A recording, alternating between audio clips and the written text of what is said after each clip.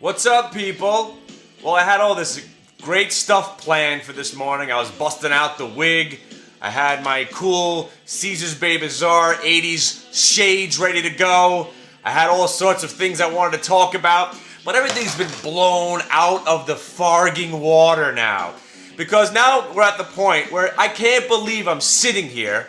We're watching the market go up every day. At first it was okay, all right, maybe we're squeezing off, we're coming off the lows. Maybe this has been a significant bottom. But then you had a sell-off, then you had another move up, then you had a sell-off. And then we had the short sellers starting to get a little bit worried. Then we had some more buyers come in. And then we had the I don't want to miss the boat rally. Now I'm at the point where I can't believe I'm actually going to say this. I'm looking for a pullback! A pullback! The market was crashing. We were going down every day. There was no light at the end of the tunnel. And then poof! Everything's fantastic. And then, genius boy that I am, I got in at the lows of the move. I'm buying Qs at $43. I'm buying $45 calls. I'm buying Broadcom at $17. I'm buying CMGI at $10.85. Google at $4.20. Baidu at $2.20. And then the moral of the story, and this is why the hit the bid system is the greatest system of stock market trading on the face of the planet. I take profits. Wow. Lots of people say, well, you should pat yourself on the back for that. You got in at those great prices. You must be having a ball right now. Repeat after me. I don't own anything. I'm a trader. And at the same point, there was a point inside me. I said, maybe I should hang on to a few of these things for the rally that we're gonna have. But then, there are so many reasons not to own stocks. Listen to Don Harold. There's the end of the world is coming, according to some guys in my chat room. The dollar's going up, oil, gold, commodities. These are all the signs of the apocalypse. Why would you want to own worthless pieces of paper known as stocks? Oh, wait a second, I know. And this always happens hindsight. When all those things are out there, when all seems darkest, that's when you got to start buying. And the sad part is I was. And I hung on to a few things that I really, really believed in, like the CMGI and a little bit of Broadcom, and I had some of the Doral. But why don't I hold on to the Baidu? 100 shares of Baidu, 100 shares of Google, I'd be doing all right. And we're talking piker positions here. And now we got the market just going up every day, and I own 100 shares of Visa right now, 100. I originally had 3,059, the 72 and a half calls at $3.30. So do you think, even though the stock's probably going to go to 100, 150, maybe it is even going to go to 250, who cares? Because the bull market's back, we're smoking the NASDAQ, and everything's fine again. Awesome. I cannot believe I'm sitting here. It was just a fart ago where we're thinking the end of the world is here. There's more shoes to drop. This one's reporting that. Oh! But now I'm looking for a pullback so I can buy. Now there's other people out there just like me. There's gotta be. That's why the market's not going down. Every short seller out there is going, oh my God, I better cover my short. Oh my God, I better cover my short. That's why we have those massive move up. And the buyers out there with the money on the sidelines, oh, there's money on the sidelines. You know there's money on the sidelines. They're coming in little by little. Oh my God, I don't want to miss the boat. I don't want to miss the boat. Boat's left, fucker. So, I mean, we're talking about stocks that were $12, $15. Like the SNCR. I haven't mentioned that one. Remember I was saying to get in at $16? Oh, that's at 23. You think I'm going to buy it now? What are you, mad? That stock's probably going to go to 30. The DRYS thing was in the 50s, 60s, 70s. Fantastic stuff going on. Fantastic stuff. I'm waiting for a pullback. I cannot believe that. One thing's for sure, and thank Christ for this. I'm not short the Qs for the first time I'm not short the Qs for the first time since 2002. It's the first time. But you know what? What did I say? See, that's why you have to come to the chat room. You have to come to the website. hitthebid.net. A few weeks ago, I said, look at me. I'm out of the Qs completely, and my last position was long 100 $50 calls for September. And what did I own him at, John? Let's thanks for playing. He owned him at $1. Hey! What are they worth now? I don't even want to look.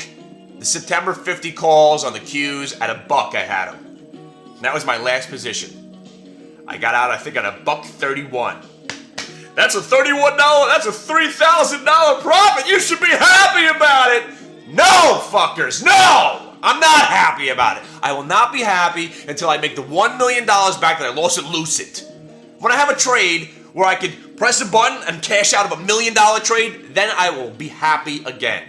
Thanks to all the people at Lucent for convincing me that your company was worth more than 20 bucks.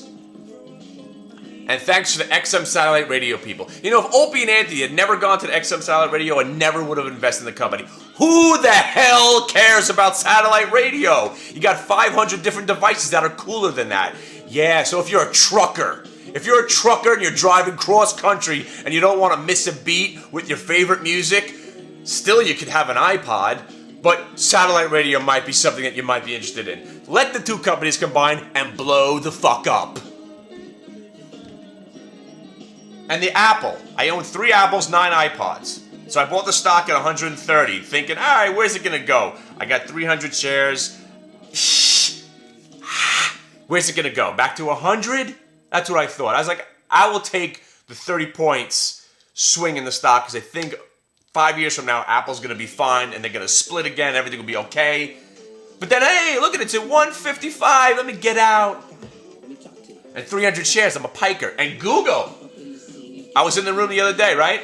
I was in the room the other day. How long are we gone now? And I said, I'm buying the stock here at, was it 420? Just because of 420. Just as a goof. No reason. I said, all right, I don't think it's going to go. I think the lowest point that Google's going to go to is 385. So let me buy here something 420. Somebody. So now that Carl's gone, and we all know, some people think Carl was a figment of my imagination. No. Carl was my living fucking experiment in the world of analytics, trading, and being a fucking loser. Alright? Here's a guy that I met years ago. He made 3 or 4 good calls. I hadn't spoken to him in years. And I was like, you know what? You come on board. I'll give you an account. I'll fund you the money. Let's see how smart you really are. And 6, 7 months go by, and I heard every excuse. Oh, my head's not right. Oh, the pressure. You yell at me too much. Dude, I didn't speak to Carl for weeks on end just to let him go out there. And every day he's like, I'm right there. I'm doing okay. I'm making money. Then I would look at the P&L. Carl, what are you talking about? You lost money today. What are you talking about? You're delusional. What I've done with my life is I've surrounded myself with cretins, losers, and awfulness. And I think it's just rubbed off on me. Hey, I'm not saying I don't have problems myself, but my God, where do I find these people? He made one good call. He always reminds me, like, hey, remember 8 years ago I told you to buy rate at $7 and it went to 50? Congratulations, you didn't own any, so it doesn't mean shit. Hey, remember a month ago I told you to buy this? Guess what? I told you guys every day. That's why I come on the show. At least somebody should make money off what I'm talking about. Because I'm never wrong when I'm telling people what to do. As Carl was never wrong. But when Carl put the money on the line with the BX and the eBays and with all those other nightmares. Hey, how come you weren't telling me to buy Goldman Sachs, Carl? Remember when you liked Goldman Sachs at 185 and it went to 240 and you said, I like Goldman Sachs at 185, but you didn't buy any? How come you didn't tell me to buy it this time? Where were you, Mr. Analyst? You're a fucking genius, aren't you? Now go back to school, have some fun, and go try to get a real job. Go get a job at a Dairy Queen, taking the fucking plastic spoons out of the garbage and cleaning them off to serve them out to people again and try to save $1. Why don't you go do that for a living? Well, go back to being a mattress salesman. Go sit there and then just you get a Woody when somebody actually walks in the door. I drive by the mattress place all the time. I see nobody's in there and 3 guys in suits. Man, that's gotta be a fun day. So anyway, oh yeah, if you were buying those QIDs like I know a few guys in the chat room were, you must be feeling the pain now. Enough trying to guess which way the market's going. Just stick with your individual stocks, all right? It's impossible. I'm even though I've missed the Qs going up, those $50 calls in September would be looking really mighty tasty right now. I just gotta say, I'm happy. I'm still in mostly cash. I got the Doral, the CMGI, I got a little Visa. I got a few people that I know. I got Joey, hey, what are you doing? Get the fucking out of here, hey! This fucking stock he told me to buy. What are you selling the options for? We're only up 140% in a day. What are you selling them for? Don't you know? I watch your show. You sell things, they go higher. What are you selling out of my position for? What are you doing? That's what I'm going to have to deal with this weekend. I'll see you in Atlantic City, buddy. And don't forget my 20% of the money that we actually did make. I know. We sold the options at $7.50 and they're going to be worth about $14 today. I know.